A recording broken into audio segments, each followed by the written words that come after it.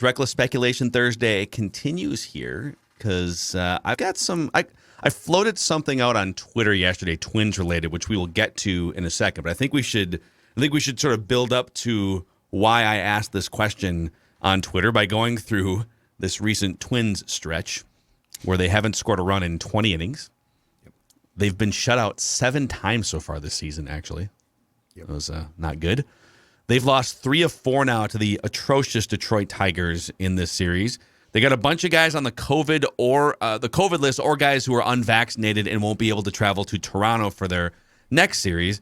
And they're running out spring training lineups basically every other day. So I think I'm sitting here looking at 162 games and just, whatever. Bad stretches happen. They won a bunch of games early, and we'll see what happens. Judd, on the other hand, I saw you tweeting more panic-laden things yesterday to Twins fans, sounding an alarm. Yeah. So what is your current panic meter with the Minnesota Twins? It's probably at a 5 or 6, but it's growing. It's going up. Code red. Because here's why. We're in DEFCON 3. There seems to be but there seems to be a disconnect here about what should cause panic. Because I got notes. I tweeted that, Dex and Phil were chiding me a couple of days ago, and I expressed concern, but it feels like things are going very wrong now. And I got back, well, they don't have guys, Correa's coming back, and that's absolutely true. But you have to contextualize what can go wrong through what is going wrong. So it can't just be, well, everyone's going to come back and it's going to be fine. That's not really how sports always works. And here's why I have a bad feeling that we are entering a perfect storm of crap. The reality is this. First of all, to Phil's point from 2 days ago, you don't have to give away the wins that you get against the crap teams that happen to be, God bless them, your division opponents. But you also want to stockpile them as much as possible. And those wins now are being lost because guys are out. Because this team, and I don't think it's just Rocco, can we please stop? This team organizationally comes up with some ideas about when guys shouldn't play that I really don't get. And I think a lot of people don't get that. And I think that starts way above Rocco, who then executes the lineup and takes the hits for it. They're going to go to Toronto now to start the first of at least 9 games against good teams, American League East good teams. And they're going to do it with a roster that is going to be hamstrung by the fact that some key players and some key guys, as we just talked about with Darren, are going to have to come home because they can't go into Canada. Now, I do not want this to become a debate about being vaxxed, all right? I'm past that. We're past that. We've had those debates. I want this to be a conversation about the locker room chemistry that currently exists and about the fact that most athletes are brought up, led to believe that you put team before all. And now you're going to go into 3 tough games with some guys being like, no, I'm sorry, my personal agenda and my politics outweigh the importance of wins. That's what they're saying. That's what some Vikings said. And again, I don't want to debate that. They could be entirely right. I'll give them that. But nonetheless, that's the message that you are sending into a locker room that so far has been very, very cohesive. Does that hurt that? That's my question. Then you're going to get back, and this was where I really wanted to see them go into the stretch playing well, because you're going to play Toronto, the Yankees, and the Rays. And to me, those 3 series are going to be, or were supposed to be, true tests of your team. Like, that's where we would find out more. But now you're going to start off those 3 shorthanded. You are going to then play the Yankees and Rays, who are both good. And so far, the Yankees have been very good. You're going to play them, and you're going to get tested, but you're going to do so probably after getting swept and not playing well. My point is, it feels like things are starting to spiral. And here's my last thing that I think is important when it comes to Rocco. I don't blame him entirely for the lineups, all right? Like, I think this whole thing of, well, he's just doing this is really, really narrow-sighted. I think that this comes from an organizational philosophy of how to do things. But I don't trust Rocco to be able to have the ability to stop a potentially sinking ship. He's never done it before. He's never shown that. When things are going well, the man is great. When they're not going well, things tend to spiral. And we've seen that before with him. So all of those things are why I have some major question marks about this stretch and why my panic is rising, not going Okay. down. Okay, you said it was a 5. Declan, how would you classify Judd's level of panic there after listening No, I said to 6. to that? I said 6. Well, you said 5.5 and You rising. started I 5.5, think. and now it's It sounds six like in more the like an last 5 minutes. 8.5 and rising to me. Oh, it's going up. What By does the a end of what next does week, a it could be 9? Okay, what can you do that again, but with a 9? Like, what does a 9 sound like? If that was a 5, that was a 6. Oh, a 9 would be if they had played well in like into May and then started to spiral, which they haven't done yet. They're spiraling right now. Okay, so spiraling is an interesting word. There's 162 baseball games. Even remember that year where the Dodgers went to the World Series? They won like 110 games or something, and they wound up losing. Was it 18 of 20 in September? Yep, Like, they were terrible. baseball's so weird. Things like that can happen to great teams. I don't think anyone, even with this hot start, would classify this Twins team as great yet. And so I'm going to respond to your level of panic with 2 questions, and I'm going to walk you through these, okay? The first question I have is, can they win a weak division? All right, let's start there, because that to me, that's been the goal. Step 1 is, can you win a weak division where you got the Royals, the Tigers have one good starting pitcher, and Cleveland is feisty, but by the way, the White Sox are floundering as the Twins have been spiraling. They've got injury problems, as you call it. Yeah, Yeah. The division stinks. they just You're lost right. Tim Anderson. The Yep. Twins are still 8 games above 500 and have a 5-game division lead while, quote unquote, I'll use your word, spiraling. So they've stockpiled wins early in the season. They don't have to give those wins back. They have a cushion. I would be much more concerned if they're going into this stretch at 500 and now, oh my God, can they stay within 5 games of 500? They have 27 games left in June. And before I say this, I don't disagree with everything you just said. I also have some questions about the clubhouse at this point. Last year, we know that a divide between vaccinated players and unvaccinated players was a real thing behind the scenes. It was part of the reason why guys like Andrelton Simmons felt very strongly one way. Other players and maybe the manager felt this way, right? Like, it's the type of political and personal thing that, if you allow it, can definitely tear at the fabric of a team. We've seen it happen with the Vikings in some spots as well last year with the coach and the quarterback. So I'm not going to just dismiss that. I think your angst is somewhat warranted there. I'm glad this is happening for only 3 games early in the season, and then they go back home and hopefully they flush it. But there's 27 games left in June. The Twins could go 10-17 the rest of this month and still be above 500. And the White Sox would have to play better than they've been playing to pass the Twins by the end of the month, even if the Twins continue to, quote unquote, spiral. By the way, the White Sox play Tampa and the Dodgers over the next week. So to me, it's not. I'm sort of giving, because they stockpiled so many wins early in the year, I'm giving them leeway as they work through injuries and COVID and a tough stretch in the schedule. They might give some games back, but then they start to play bad teams again. They play the Diamondbacks and they play the Orioles again, and they play a couple other crappy, American League Central teams. So can they still win a weak division despite going through some tumultuous stretches here in late May, early June? Yes, I think so. So before I get to question number 2, any arguments there? Oh, absolutely not. But they've lost 18 consecutive playoff games. And my question is, can you win a playoff series? I don't care if you can win. Me, Declan, Stella, Maya could put together a team and Vinny. win this piece of crap. And yeah, I'm sorry. Don't leave out my Vinny, I'm very, dog. very sorry. And Yeah. could win this piece of crap. Lost another tooth yesterday. His baby teeth are falling out. Oh, He's little bleeding out of his Vinny. mouth. Oh, I Yeah. hope he's okay. I hope Does Vinny get a visit from the dog tooth fairy? He hope does. so. He Pull does. Yeah. something under, treat. a little treat under his Yeah, pillow? grandma Good. gives him a little extra treat when he loses a tooth. Yeah. That's a good grandma. But That is anyway, grandma. so my question is anything that we're seeing real outside of the American League Central?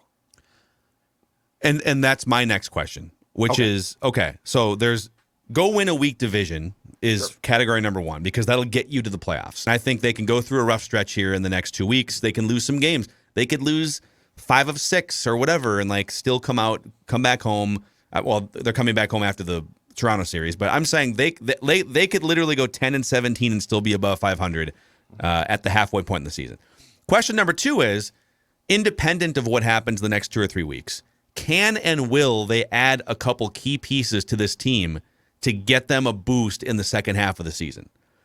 And that's where the Frankie Montas conversation, I think, rekindles. Now, you might say offense is the problem. They've been shut out 7 times, and they haven't scored a run in 20 innings. And yes, those things are true. Offense is down across the league, and so teams are scoring fewer runs now than they have basically since the dead ball era of the 60s. I think Carlos Correa has barely scratched the surface. Byron Buxton's been going through a slump. Royce Lewis will be back. I actually worry less about the offense at full strength than I do about the starting rotation and the bullpen. The bullpen has one lefty, and it's Caleb Thielbar, and he's been terrible this season. The starting rotation has guys on fumes. Chris Archer, he's going to pitch again today, but I love Chris Archer 5 years ago.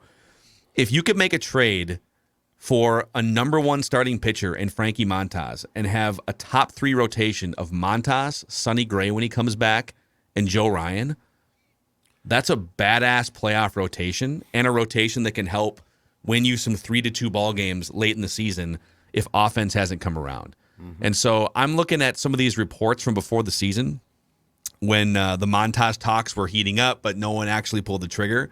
And USA Today reported that the A's were asking for at least one organizational top prospect, like a top. So apparently they asked the White Sox for Andrew Vaughn, who's 24 years old. He's a former number 3 overall pick. Yeah. He actually played a full season last year, kind of struggled a bit. I think they were trying to buy low on him, and he's been one of their better hitters this season, so his value's only gone up. So the A's want at least a top young player who is close to or MLB ready, and then maybe another piece or 2. I'm willing to give that up. Like, I don't know what the equivalent is for the Twins. Maybe it's Jose Miranda, because people are down on him now, but the A's might say, oh, let's buy low on Jose Miranda, or an Austin Martin, or a Matt Cantorino. Would you trade 2 top 10 prospects for a Frankie Montas? I think is the question that they should be asking themselves, unless there's a big, some sort of bat that they can trade for to be a DH or a first baseman. But like can they win the division? And then are they willing to make a trade to get them further along in the second half of the season in the playoffs? And I think those are 2 very realistic things that could happen. It feels your first question. I mean, this is why I brought up on statements on Tuesday. It's a math game right now for the Twins. The Twins have the math advantage, and they have built up these wins. They have a lead. To your point, they're still have a 5-game lead over the White Sox and Cleveland. Things are going good there. They'd have to really tank, and the other 2 teams who have not played well would have to play out of their skis over that same stretch. So the math game's on the Twins side, no matter kind of how badly they even play in these next 10 games. Your second question, I would do that trade in a heartbeat. I'd do it tomorrow. If it was Austin Simmons, if it was Jose Miranda, if it was another top 10 prospect, yes, I would have to do that. Pitching is going to only make you better. Like, we saw a Bomba Squad team that had no pitching.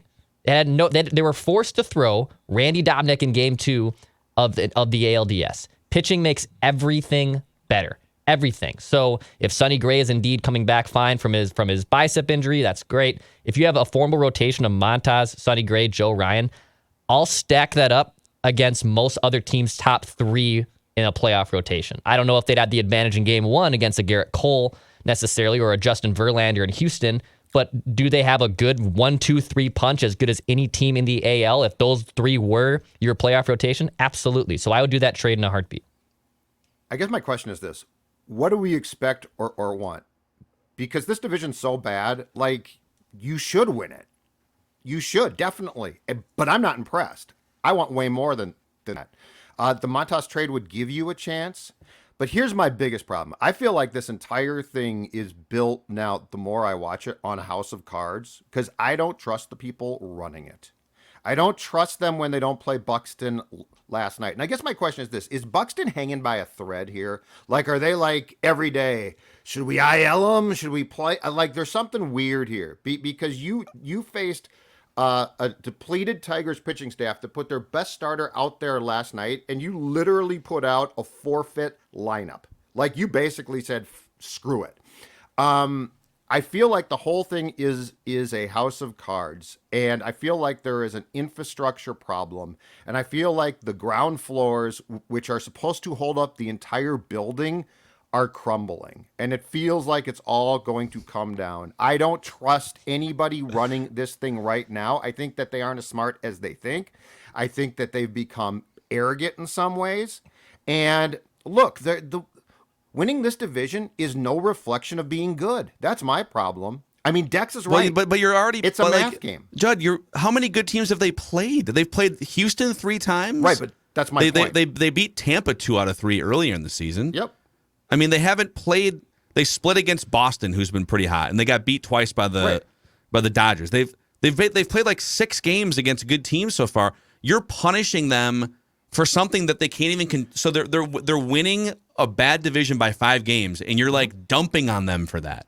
I'm punishing them because I want so much more, and I don't feel like. But they haven't had a chance to give you more yet. Right, but they're not good. But the thing is, right now, I can tell you right now, unequivocally, they will fail when they do, unless they change the mindset. So if they take 2 of 3 from the Yankees at home next week, does that mean you're wrong? I'll be far more impressed. But here's my problem with your stance. Okay, I don't even disagree with everything you're saying. I just think you're taking a 2-week snapshot of a 162 game season, and it's not even. I mean, the calendar turned to June 2 days ago, yesterday, and you're just like making a blanket statement about the Twins are. The front office is incompetent, which I kind of agree with. It's not 2 weeks. But you're basing it off of a 2-week stretch. No. It goes back. You to wouldn't have said this on May 24th. It goes back, but I'm seeing the same cracks in the foundation. That's my point. We're talking about a foundational problem of how the program is built.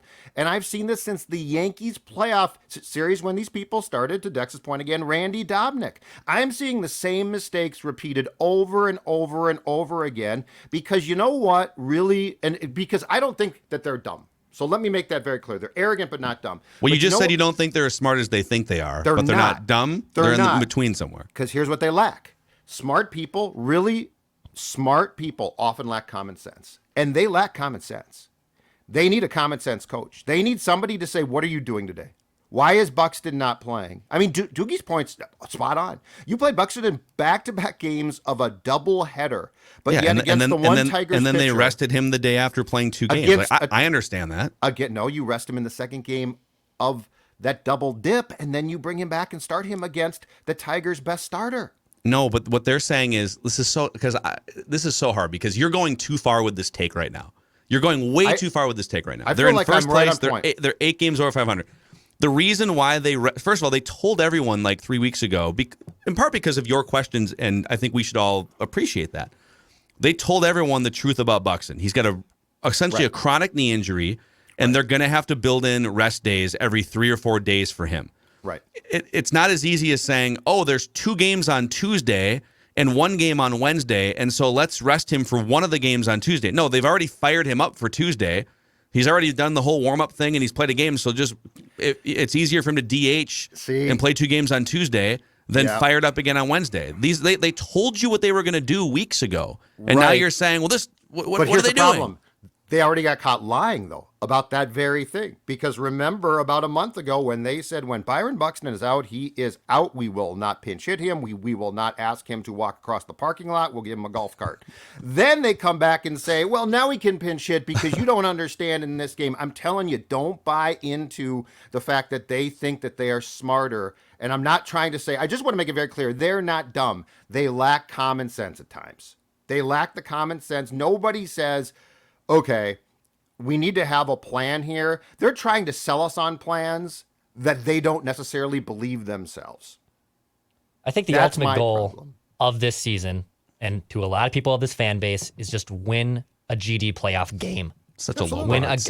Low bar. It is. But seriously, I want to get them there. I want to help. They've had 100-win seasons. They absolutely crapped down their pants in 2019 and 2020 in the playoffs. And I know what Judd's talking about, and even us 3 have talked about. Sometimes the coverage of this team, they act like they're the bleeping Yankees when you're the Minnesota Twins and you have lost 18 consecutive playoff games. But right now, they're 8 games above 500. They're leading a crappy Central Division. They are in prime position to win this division and probably host a playoff game in the new playoff format, which is great. That should be in line to win a playoff game. And if anything else happens after that for me and my fandom, gravy. That's all I am setting it at right now. And I will say it's such an incredibly low bar, but here we are, right? They're 0-18 in their last 18 playoff games. So I understand. I'm not fighting everything you're saying, Judd. What I'm saying is I agree that there's a lot of missteps by this front office. I think I sometimes do think they're making it up day by day as opposed to having more of a grand plan. And the fact that 3 weeks ago they told us, Byron Buxton, you don't understand. It's not as easy as him just grabbing a bat in the ninth inning and pinch hitting. It takes him 7 hours to get ready and all this therapy. And then, and they kind of shamed everyone for even suggesting, right? And then 2 weeks, 3 weeks later, he's pinch hitting in the eighth or ninth inning. Well, what happened? So all of those things I agree with. But at the same time, they have a 5-game lead and are 8 games above 500 going into the third month of the season. They might give some more games back against Toronto and the Yankees, but they've put themselves in a position to win the division and add a couple pieces to win a playoff game, like Declan said. So I'm not going to sit here and bury these guys and just have the panic alarm on repeat. I feel like you seem to be doing. Because you know what I feel. I'm going to let this play out for another month for sure before I start freaking out. My problem is this: until they prove differently, I feel like the parent that is watching my kids make the same mistake over and over and over. And I want to say, Johnny, Derek, Rocco, Thaddy, let's use common sense here. And I feel it's the one thing that they lack. And I feel like we're going down the exact same path. And to Dex's point, I like to say he's exactly right, and it's such a pathetic statement. But I think my frustration, and Dex's for sure, way more than me, is born of the fact that they could win the division by a lot of games at this rate, and they could still make the same mistakes in the playoffs again. So I guess until we start to see some changes in philosophy, like, hey, you know what? We were wrong on that. Hey, we were wrong. It's going to be very hard for me to latch on to this whole thing. Well, you know me. If and when the time comes, I will take the gloves off and hammer them right along with you. I think. I know. Yeah. I think and it's kind of I feel the same way about Cousins with the occasional slip up here during the offseason where I just get annoyed by his press conferences. But I'm willing to take a step back. Let this thing play. They've built some good graces and a good cushion early in the season, despite some of the weird communication and some of these minor league and spring training lineups. Let's see what happens in Toronto. If they don't make a trade for a Montas type starter, then they're going to get savaged. Okay. Oh my God, that's fair. You don't sign Carlos Correa and then not add to it when you're in a position, especially if you're still winning the division. Very fair. I will destroy them if they don't make a trade at some point, if they're still leading the division. Like if they go out and get Dyson again, Romo again. They need to do one of two things. And remind me, is the deadline August 31st or July 30th? I think it's right after. Did they move it? I think it's early August now. I think they moved it to early August, right? It's late like now. August 2nd or something. Let's see here. Mm-hmm. It is August 2nd trade deadline. It just got moved back a little bit. So we got 2 months until the trade deadline. Okay. And they need to do one of two things. If they're leading the division and they're in playoff position, they need to trade top prospects for an established player, like a Frankie Montas. Mm-hmm. If they aren't, they need to trade Carlos Correa if he's healthy, because he's essentially on a 1-year contract. If they don't make a huge splash move in either direction, if they ride the middle, I will savage them in 2 months. And it'll be 10 times what you just did to them with your 6 out of 10 panic meter here on June 2nd. I just feel like I'm seeing some familiar things rear their ugly head again, and I don't like that. Mm-hmm.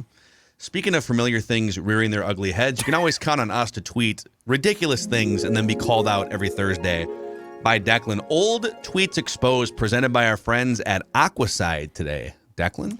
Yeah, Aquaside products are easy to use, and they begin working right away. They've been helping people maintain nice lake shores for over 60 years. They have a complete line of lake and pond control products that will take care of anything from weeds to algae. They're a local company. They're in White Bear Lake, and their products are registered with the EPA and DNR. Check them out. It's aquaside.com. Learn more at aquaside.com. Also, a shout out to our friends at Federated Mutual Insurance Company. So coming up in late July is the annual Federated Challenge, which has helped raise $44 million for Big Brothers Big Sisters since 2005. This program exists to provide children facing adversity with strong and enduring, professionally supported one-to-one mentoring relationships that can change their lives for the better forever. If you want to find out more about Big Brothers Big Sisters and how you could potentially become a big and a mentor yourself, could be very fulfilling, federatedchallenge.org. Federatedchallenge.org. All right, hit us with it. All right. Little Ready tweets for it. exposed. Let's do Twins edition. This one for me isn't necessarily like just a bad take. I have no idea why I tweeted this though. Like I don't understand the context of why I tweeted this. So let's go back in time to 2013, August 3rd of 2013. Jim Hoy. I don't know why I'm tweeting Jim Hoy facts, but he has an ERA of 1.8 and 20 Ks in 25 innings with the Somerset Patriots in independent ball. I just don't understand the context of why I'm tweeting about Jim Hoy. I bet you were questioning why the Twins dumped him. I was working with the Saints at this time, but the Okay. Somerset, they weren't part of the American Association. Well, Jim Hoey had probably been booted from Major League Baseball 2 years after the Twins traded for him. Yeah, Sure. I bet you were drawing the the Twins maybe. screwed up again by the Somerset team. So They benefited. Hoy, he pitched 24 innings with the Twins in 2011. And then in 2012, he wound up in Toronto. He's an extension of the Johan Santana trade. Yeah. Let me tell you how. This is how Johan Santana as an asset devolved over the Bill Smith 4 or 5 years as GM.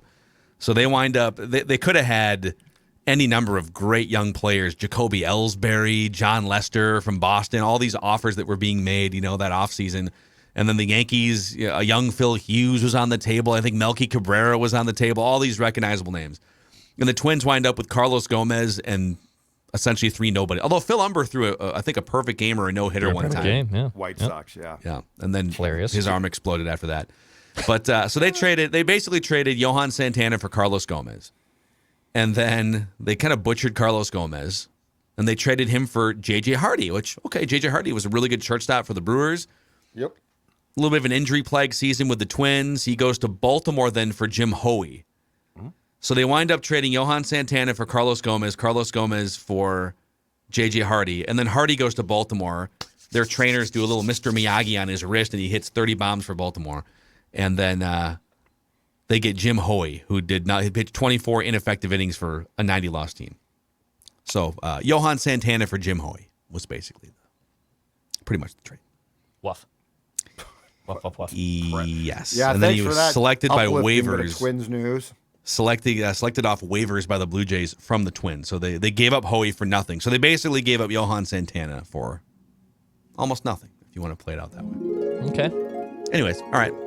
Well, hey, speaking of shortstop play for the Twins, let's go to Phil on March 19th, 2011. Nishioka has made 2 fantastic defensive plays today, just threw out Sam Fold from deep in the hole up the middle and looks very solid on God. D. So this is middle of spring training, March 19th, 2011, covering his first spring training. Yeah. Just Oh, boy. The red flag there was, well, there were several. Notably, he would smoke in the clubhouse, which is kind of weird.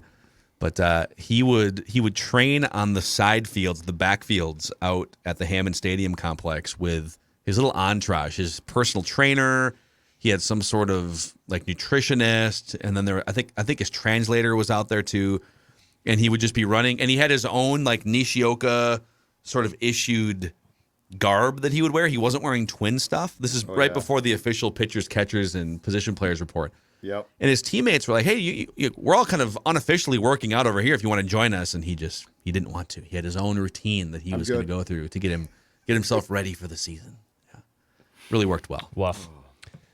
All right, a funny one here from Judd, trying to personify trade deadline acquisitions. Zolgad's conspiracy theory of the day. The Twins are doing a good job of showing Yankees that Plouffe also looks comfortable at first base.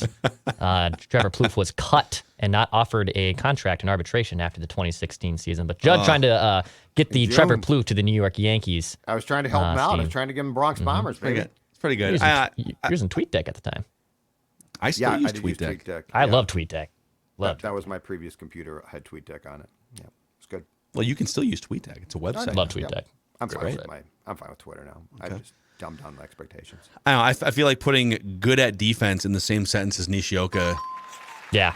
probably win. worth the win here. Well, you Okay. get sucked in. Training camp, spring training, nothing sucks you in like games that don't count. Always an optimist. Yeah, I once I remember doing a story one time on how David Ortiz, I think, drew a walk off Nick Blackburn or something and commented to Morneau at first base, Blackie looks different this year. Blackie's stuff is moving quite a bit, and Blackie was working on standing in a different spot on the rubber, and He's moving all coming together for Blackie.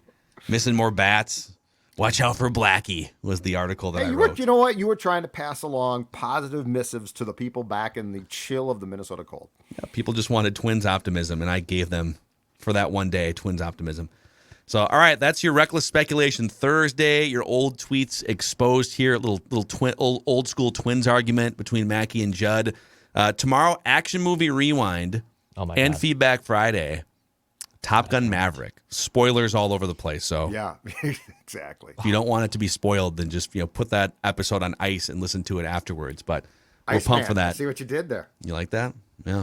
And then Judd's OTA observations on Purple Daily today. So we are packed. We'll see you guys tomorrow.